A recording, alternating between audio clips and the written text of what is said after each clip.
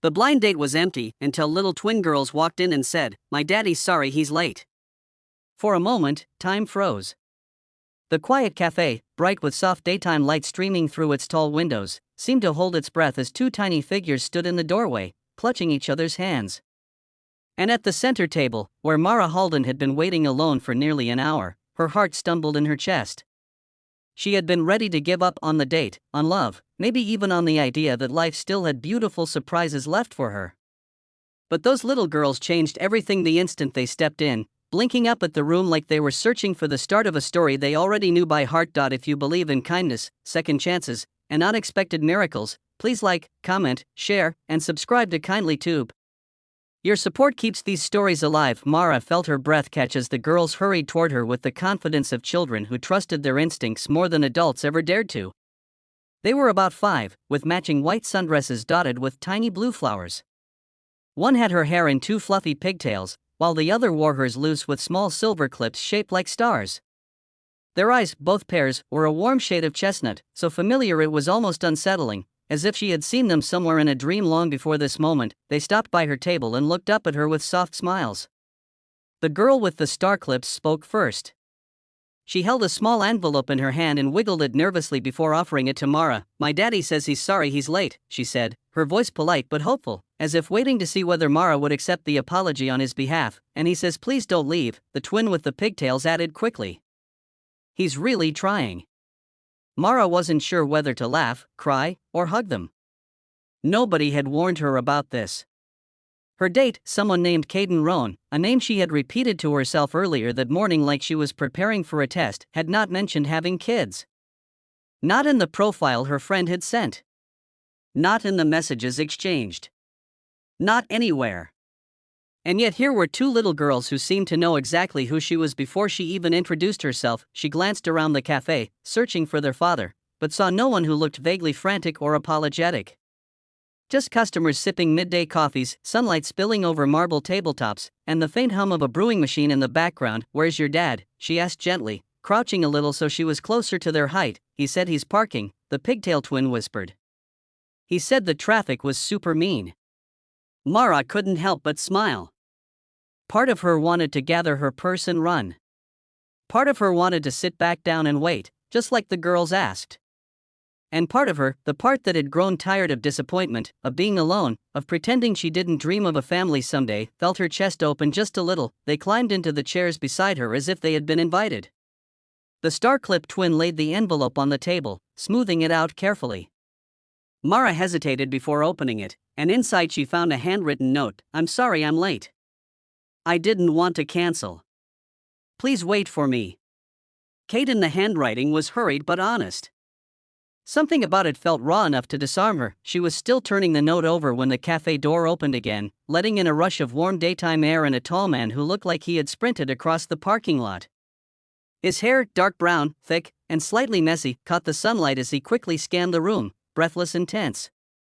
When his eyes finally found her, he exhaled in visible relief. Caden Rohn approached with a tired but earnest smile, the kind that carried both apology and gratitude. He wore a light gray shirt rolled at the sleeves, denim jeans still covered in a few faint sawdust smudges that hinted he worked with his hands. A man who lived in motion, who probably gave more than he kept, who looked at his daughters as if they were the very heart beating inside his chest. "I'm really sorry," he said, voice low and warm, though tinged with embarrassment. "I didn't expect my babysitter to cancel last minute. I didn't want to miss meeting you." Mara studied him, and something inside her softened. She wasn't sure yet what to feel, but she couldn't deny she was intrigued. Her mind had arrived with expectations of a neatly structured date, of easy conversation, but instead life had handed her something much messier, realer, and far more complex. Maybe even something meaningful. He explained how being a single father meant surprises like this happened often. How he hadn't meant to hide his daughters from her. His friend had made the profile for him, and he'd been too exhausted to realize what got left out. He apologized again, and Mara believed him. The cafe buzzed gently around them as they sat, sunlight casting soft daytime shadows across the table. The twins leaned against their father with familiar comfort while he tried to settle himself and breathe. Mara found herself watching not just what he said, but how he looked at his children, with complete devotion, with tired eyes, with a heart that seemed worn yet unbroken. As they talked, the girls drew little doodles on napkins, occasionally chiming in with innocent comments that made Caden blush and Mara smile. Something warm flickered between them, trust forming slowly, the kind that wasn't forced but simply grew in the quiet spaces between words. Mara learned that Caden worked as a woodcraft designer, building furniture in a small workshop he had inherited from his late father. That the twins, Naya and Bree, were his entire world. That he had been navigating the last 3 years alone after his marriage ended abruptly when his ex-wife chose a different path and disappeared from their lives. He didn't speak bitterly, just honestly, and with a sadness so sincere it felt like standing near an open wound. Mara found herself telling him pieces of her own life too. How she had spent most of her years putting others first. How she had been abandoned by someone she thought she would marry. How she had promised herself she'd at least try again, even if it broke her heart one more time. There was no rush, no pressure. Just two people sitting in the middle of a daytime cafe, sunlight spilling over them like a gentle reminder that sometimes hope didn't arrive in grand gestures. Sometimes it arrived in the form of two little girls with matching dresses and soft voices saying, "Please don't leave." As the afternoon drifted on, the girls asked if Mara wanted to see the tiny wooden animals their father carved. Caden looked embarrassed, but Mara's face lit up. They showed her a small wooden fox Naya kept in her bag and a little turtle Bree claimed as her favorite. They were surprisingly detailed, smooth, warm to the touch, full of life and care. "You're really talented," Mara said softly. Caden's eyes lowered as if in used to praise. "I try." The moment lingered between them, warm and unspoken. They spent nearly 2 hours together before realizing how much time had passed.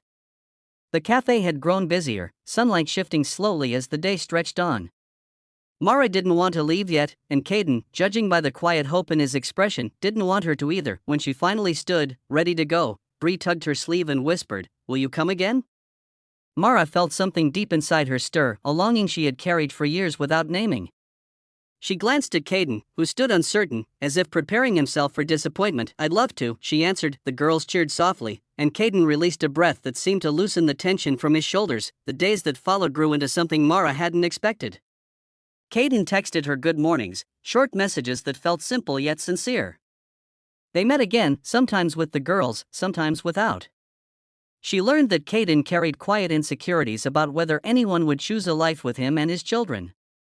She learned that he worried not about being enough for a partner, but about whether anyone would be kind to Naya and Bree, and Mara began to see how every small moment mattered. The way he gently braided Bree's hair, the way he carried both backpacks even when he was tired, the way the girls hugged him like he was their entire universe.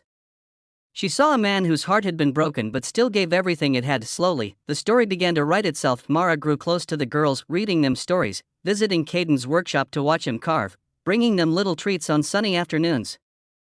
Caden watched her with quiet wonder, as if afraid to believe she was real.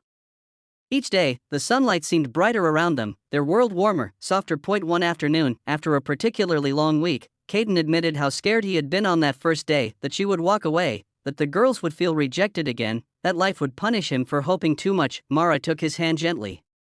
"I didn't come into your life to walk away," she said. In that moment, with sunlight filtering through the workshop windows and the smell of fresh wood in the air, something shifted between them, a silent promise forming. "If this story is touching your heart, please like, comment, share, and subscribe to Kindly Tube. Your engagement helps these emotional stories reach more people who need a little hope in their day." As weeks turned into months, Mara found herself falling not only for Caden but for the beautiful chaos of raising two little girls. She learned to braid hair, patch stuffed animals, and listen to endless stories about imaginary kingdoms. She learned what it meant to love without holding back, to build something slow and